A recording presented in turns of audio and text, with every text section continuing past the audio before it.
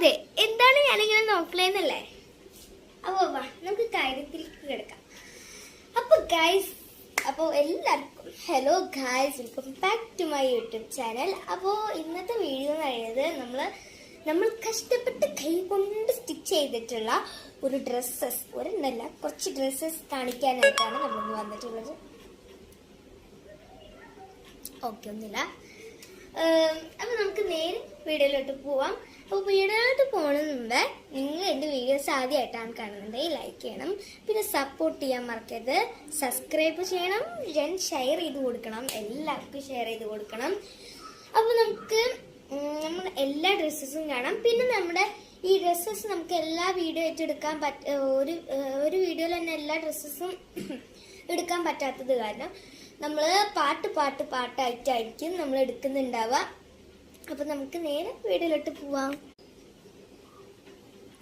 അപ്പൊ ഇതാണ് നമ്മുടെ ആദ്യത്തെ ഡ്രസ് എന്ന് പറയുന്നത്. നമുക്ക് ഇതൊന്ന് ഇട്ട് നോക്കാം.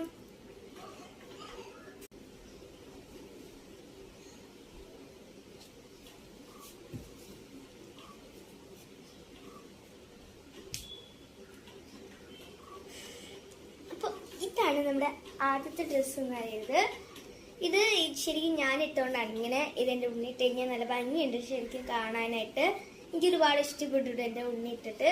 അപ്പൊ ഇതിന്റെ ബാക്കിലായിട്ട് നമ്മൾ ഇങ്ങനത്തെ ഒരു സാധനമുണ്ട്.